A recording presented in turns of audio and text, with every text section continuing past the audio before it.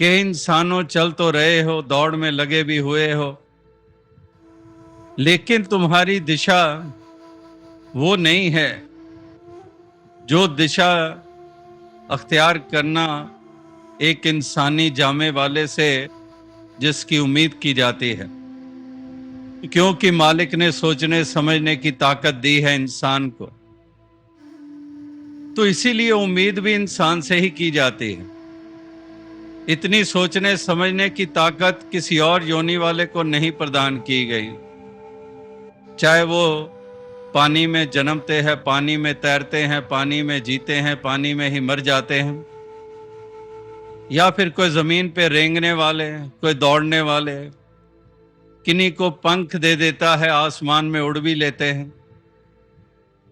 तो उनमें से किसी को भी इतनी सोचने और समझने की ताकत नहीं दी गई या सामर्थ्य नहीं दी गई जो इस इंसानी जामे वाले को दी गई है। तो इसीलिए तो एक्सपेक्टेशन लेवल भी फिर इंसान से ही बढ़ता है, इंसान से ही उम्मीद की जाती है कि ये वो रास्ता अख्तियार करेगा, उस दिशा की तरफ बढ़ेगा जो इंसानी है, इंसानी चाल चलते हुए ह्यूमैनिटेरियन, ह्यूमन वैल्यूज। किसी ने कह दिया कि vegetarian is that who eats vegetables, what does that make a humanitarian? वो अपनी तरफ से मजाक कर रहा था कि वेजिटेबल्स खाने वाला वेजिटेरियन होता है, तो ह्यूमैनिटेरियन तो वही होगा जो ह्यूमंस को खाता है। तो दूसरे ने कहा बेशक ह्यूमैनिटेरियन है, वो ह्यूमंस नहीं खाता है, वो ह्यूमंस की वाइसेस को खा लेता है, खत्म कर देता है, वो उसको समाप्त करने के लिए अपने योगदान देता है। और इसीलिए सदैव से महापुरुषों संतों ने ये योगदान दिए। लड़ाई झगड़े कब से चलते आ रहे हैं। अभी चंद रोज पहले ही दास को यूरोप जाने का मौका मिला। अभी सैटरडे, लास्ट सैटरडे 19 तारीख को ही दिल्ली में आना हुआ। करीब 1 महीना इटली में, स्पेन में, स्वीडन में, जर्मनी, स्विट्जरलैंड, ऑस्ट्रिया में, इंग्लैंड में जाने का मौका मिला।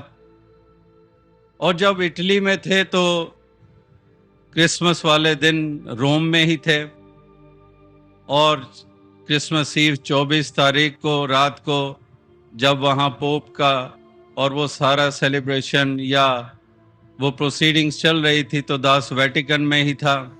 और जब अगले ही दिन रोम में स्थान पे जाने का मौका मिला, सारे शहर में जिस तरफ भी नज़र घुमा लो कोई ना कोई हिस्टोरिकल मॉन्यूमेंट, 2 इमारतें छोड़कर तीसरी फिर कोई मिडीवल पीरियड की, और उसमें कितने कितने दृश्य कि जब वॉर्स होती रही, झगड़े होते रहे, रोमन एम्पायर चल रही थी,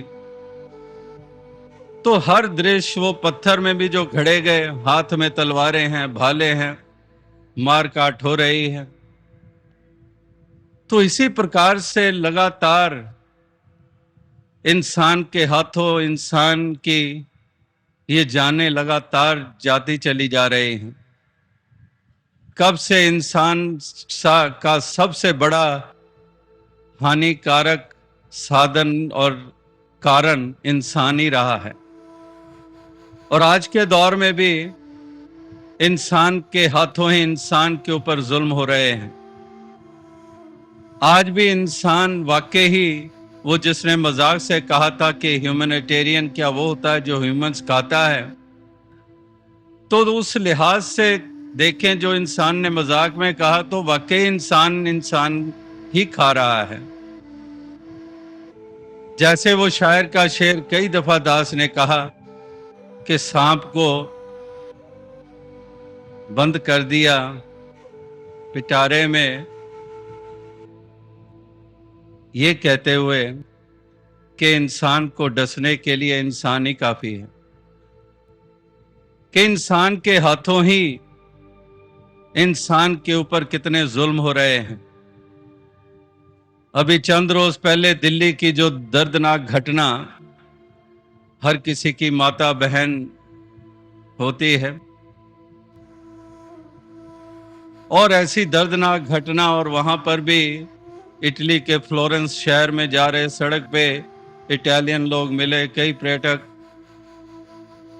और वो भी मेंशन कर रहे थे, did you here what happened in Delhi in India? तो कितनी शर्म से निगाहें झुक जाती हैं।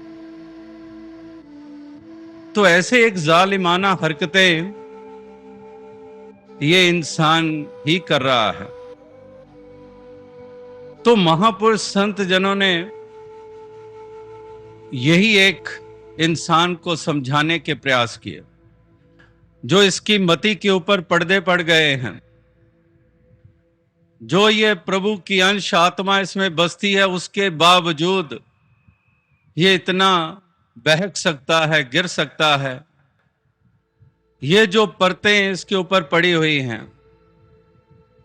इसको उतारने के लिए ही महापुरुष योगदान देते हैं कि जो इसका असली अस्तित्व है उसकी पहचान करे, जो सेल्फ रियलाइजेशन कराई जाती है, जो अभी भी थोड़ी देर पहले आपने महापुरुषों की वाणी के अंश सुने कि अपना मूल पहचान, कि अपने असली अस्तित्व की पहचान कर कि तू किसकी अंश है। तो ये तेरे ऊपर, मति के ऊपर ये पर्दे पड़े हुए हैं, एक ऐसी परत चढ़ी हुई है कि तू अपने आप को ही नहीं पहचान रहा, इसीलिए तू इंसान की तरह नहीं जी रहा है। तुझे ये होश ही नहीं, याद ही नहीं कि तू ऊंची योनि वाला है। God made man in its own image, ये तुझे याद ही नहीं, एहसास ही नहीं है। तो अभी भी यही सोचकर चल रहा है कि शायद तू दरिंदा है, मासूमों का लहू पीना है। ये तुझे रियलाइजेशन ही नहीं है, you are not aware at all. तो इस प्रकार से ये महापुरुष संत जन ही ये योगदान देते आए हैं, इंसान को समझाते आए हैं, सही रास्ते पे चलाते आए हैं, मन में से नफरत खत्म करके प्यार को स्थापित करते आए हैं। जो मारने काटने पे यकीन रखता था उसके हाथ में मरहम दे दी, जो मारने वाला वो बचाने वाला बन जाता है। जो दूसरों को रोता हुआ देखकर, नुकसान उठाता हुआ देखकर जश्न मनाता था, अब वो दूसरे को दुख उठाते हुए देख के दुखी हो जाता है और दुख बांटने के लिए आगे बढ़ता है, राहत देने के लिए।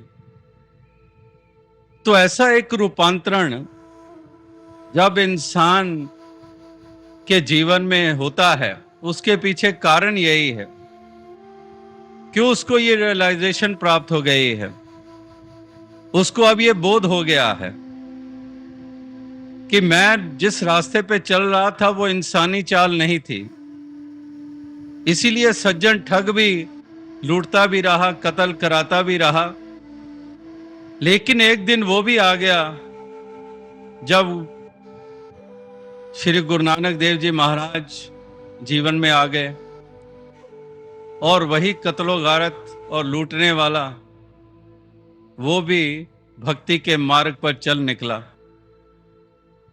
वो भी अब वो कर्म नहीं कर पा रहा जो पहले करता आ रहा था। तो ये एक रूपांतरण होना हर इंसान के जीवन में बहुत लाजिम है। जो अभी भी ह्यूमन वैल्यूज की धज्जियां उड़ा रहे हैं, जो अभी भी शोषण कर रहे हैं, जो अभी भी एक्सप्लॉइट कर रहे हैं, धर्म के नाम पर, जाति के नाम पर, रंग नस्ल के नाम पर,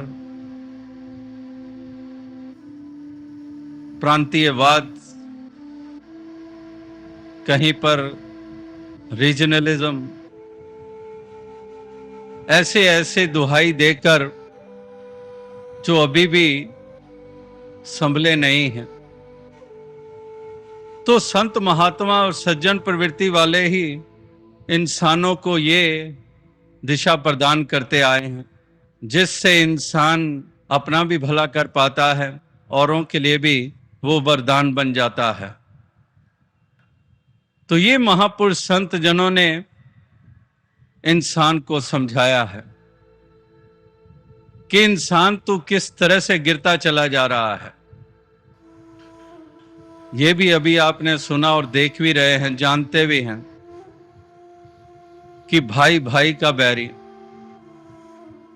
कि किस तरह से बैर कमाया जाता है, किस तरह से नफरत वैर ईर्ष्या की जाती है। वननेस का नारा जो दिया गया, उसके पीछे यही भाव कि वननेस एकत्व का भाव। ये वननेस का नारा मिशन के द्वारा यूं तो एक निराकार का ज्ञान की महत्ता मिशन मानता है, इसलिए वो एक के ऊपर तो ध्यान पहले दिन से ही दिलाया जाता है और इसी एक के ऊपर निष्ठा कायम करने की प्रेरणाएं दी जाती हैं। इस एक की होंद और इसकी प्रेजेंस का एहसास, आभास के बाद ये भी बार बार ये ध्यान दिलाया जाता है और सहज में भी इनका ध्यान होता है।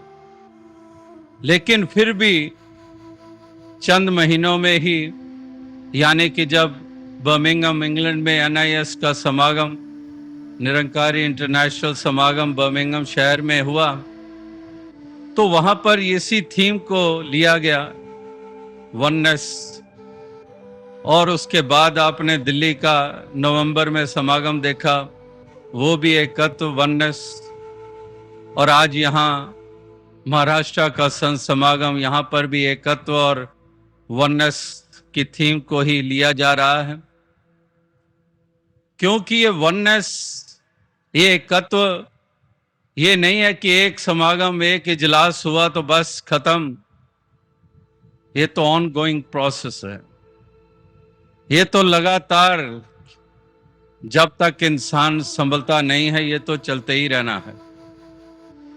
जब तक इंसान उस स्लंबर से उठता नहीं है, जब तक उस गहरी नींद से उठता नहीं है, जब तक इसकी चाल सही होती नहीं है, जब तक ये धर्म और मजहबों के नाम पर लड़वाना और लड़ना बंद नहीं करता है,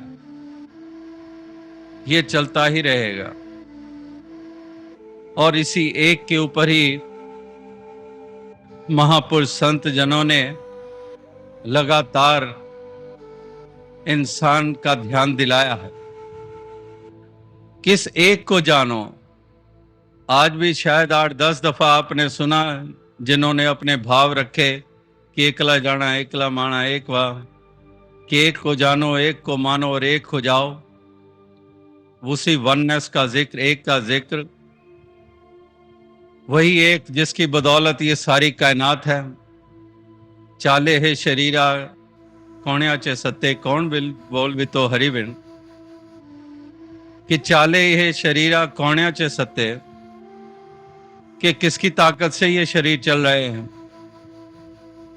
किसके कारण ये सारी कायनात चल रही है।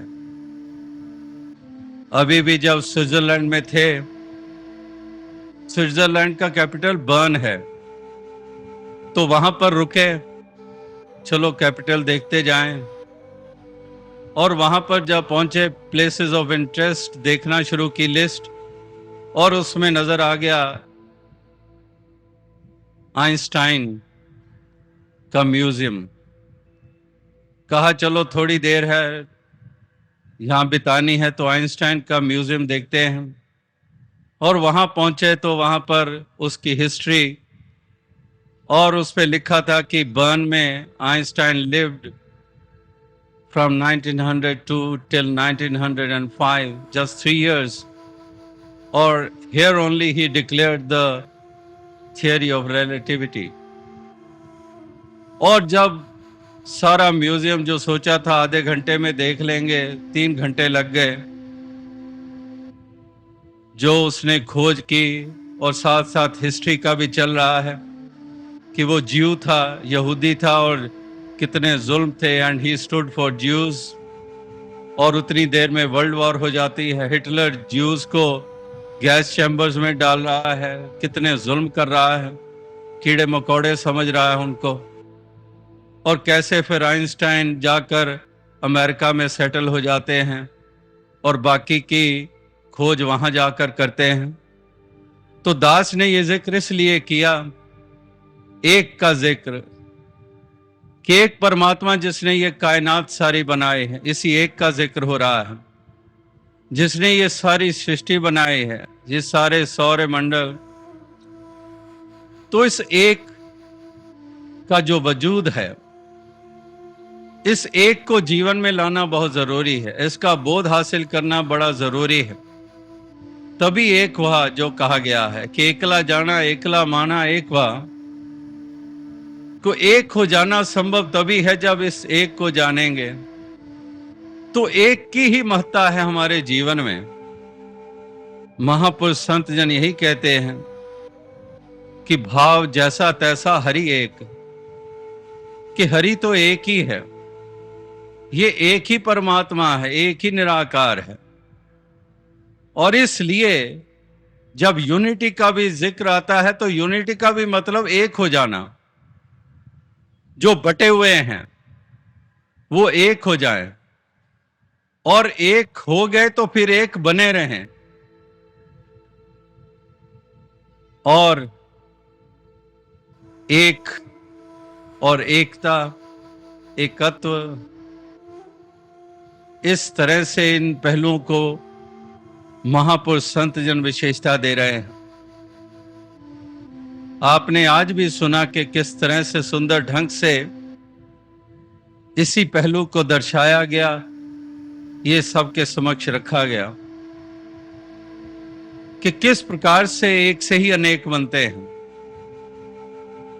हम जितने मर्जी लंबी जर्नीज कर लें, जितना मर्जी पैदल चल रहे हैं, लेकिन शुरुआत तो उसकी एक से ही होती है। एक कदम, पहला कदम। अगर वो एक कदम ही नहीं लिया गया तो 1000 मील कहां पर जाएंगे, 100 मील कहां पर जाएंगे। अगर वो पहला एक कदम ही नहीं लिया गया तो इसीलिए एक से ही गिनती शुरू की जाती है। और महापुरुष संत जन ज्ञानी तो यही मानते हैं कि शुरुआत भी एक से है, मध्य भी एक से है और आखिर भी एक से ही है। ये एक के ऊपर ही महापुरुष संत जन, ये गुरु पीर पैगंबर ये केंद्रित करते आ रहे हैं। और जिनके जीवन में ये एक आ जाता है, उनके जीवन में ईद हो जाती है। और इस प्रकार से भक्त महापुरुष संत जन वो युगों युगों से यही एक बात समझाने के प्रयास कर रहे हैं। भिन्न भिन्न रूपों में गुरु पीर पैगंबर इस धरती पे जन्मे। भक्तों ने, संतों ने, महात्माओं ने अलग अलग भाषाओं में ये संदेश दिए, ये पैगाम दिए। जैसे महाराष्ट्र में मराठी भाषा में कितने कितने संतों ने इसी एक के ही नगमे गाए, इस एक के साथ जुड़ने की ही प्रेरणा की। यही कहा कि देव आहे तुम्हा पुढे, कि ये देव तो तुम्हारे समक्ष है, ये एक जिसकी चर्चा हो रही है ये तुम्हारे सामने है। और इस एक की पहचान कर लो, अपने आप की भी पहचान हो जाएगी। और अपने आप की जब पहचान हो जाएगी तो ये बाकी जितने भी बाहरी तुमने रूपों के कारण जो भेदभाव खड़े कर लिए थे उसका भी अंत हो जाएगा। तो इस एक की पहचान करो, इस एक के साथ जुड़ो और इस प्रकार से तुम इस जीवन के सफर को तय करते चले जाओ। एक जुड़े रहो, एक दूसरे के काम आते चले जाओ, एक दूसरे को सुकून देने वाले बनो, ना कि एक दूसरे का नुकसान करने वाले, एक दूसरे पे जुल्म ढाने वाले।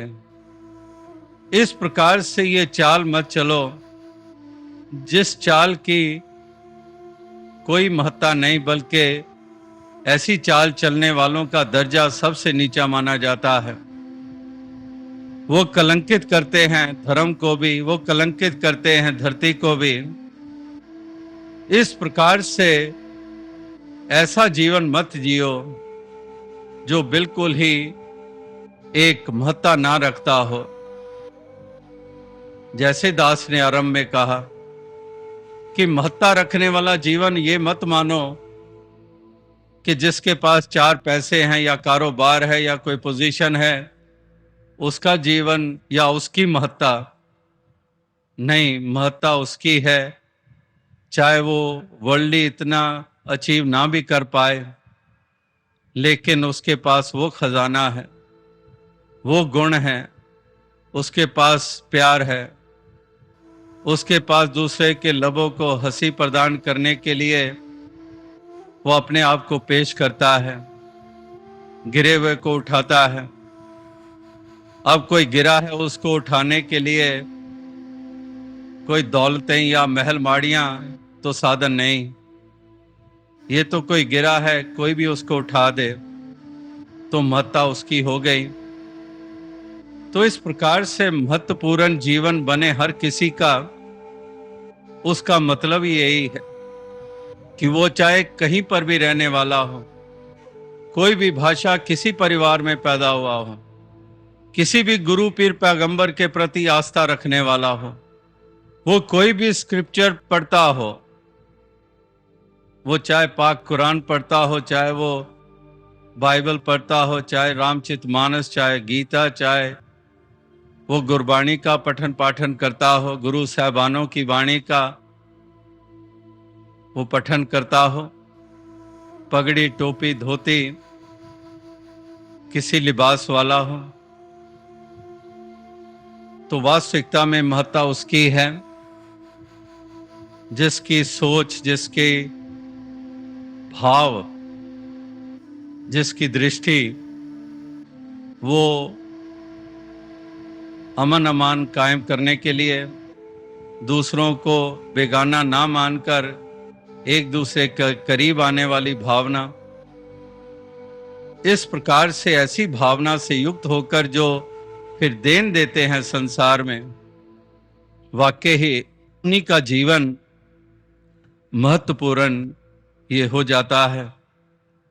तो अवसाद संगत, कहने का भाव यही है कि संत महात्मा जो भी देन देते आए संसार में, वाकई उस देन का ये महत्व है और उसी का ही अनुकरण करते चले जाएं, उसी रास्ते पे चलें जिस रास्ते पे वो चले। दया करुणा वाला, मिलवर्तन वाला जो मार्ग उन्होंने चुना, ऐसे मार्ग पर ही चलते चले जाएं, तभी इंसान होने का एक हम दावा जो है उसको हम जस्टिफाई कर पाएंगे और तभी वास्तविकता में इस सारे वातावरण को सुंदरता प्राप्त ये हो पाएगी। इस प्रकार से सभी ये जीवन ऐसा जी पाएं, यही शुभकामना, यही अरदास, यही प्रार्थना है। तो आज इस संत समागम के पहले दिन इसी प्रकार से जो आपने ये सुंदर रूप बनाया, ये सुंदर वातावरण बनाया और कितने अमोलक कीमती वचन, हीरे जो रात लाल रतन जिसको माना जाता है, ऐसे वचन कीमती जो श्रवण किए गए हैं, उससे आनंद भी प्राप्त हुआ और जीवन को सजाने संवारने के लिए मंजिल मकसूद पाने के लिए इन्हीं वचनों को जीवन में स्थान देते हुए सभी आगे से आगे बढ़ते चले जाएं। और फिर कल और परसों अभी 2 दिन और ऐसे सत्संग का आयोजन है, तो दातार कृपा करे कि और भी ऐसे अमोलक वचन श्रवण करते रहें और इस एकता के भाव को और मजबूती देते जाएं। साथ संगत जी, धन।